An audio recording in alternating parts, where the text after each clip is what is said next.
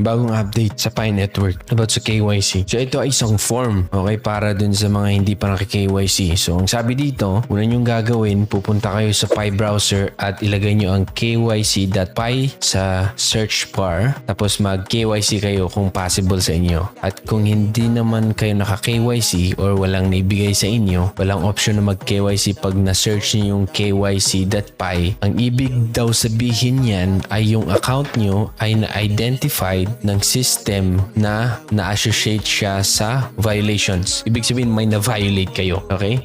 Katulad ng fake accounts, scripting, and more. Di ko alam mo ano yung mga dahilan bakit natag yung mga account nyo na may na-violate. So sabi dito, kung sa tingin mo ay mistake na tinag ng system ang yung account na may na-violate, then ito ang gagawin mo. I-fill out mo itong form. Itong form na to, okay? Link na sa baba.